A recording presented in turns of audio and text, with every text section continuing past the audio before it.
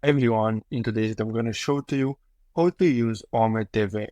So the first step is to simply open any browser and search for OmeTV, or if you want, you can simply download their official app on Google Play Store or App Store.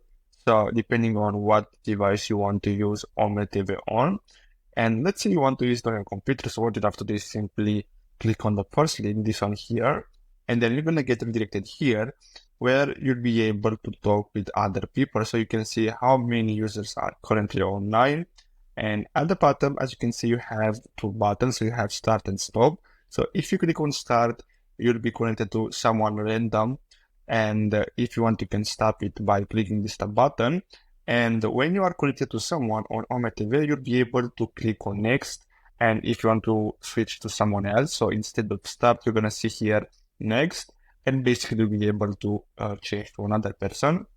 Now, if you want, you can change the location, so you can go to country and choose any of these servers. So if you want to talk with people from France, you can select France, or with people from United States, you can do that. And you can select your gender if you want. So you have male, female, and couple. And if you want, you can even chat with them. So you don't have to especially talk with them. So if you want, you can simply chat with them.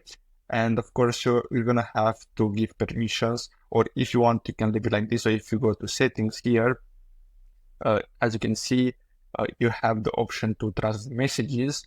And if you want, you can simply disable the permission of your camera and microphone. And if you want, you can only chat with them, and basically that's all.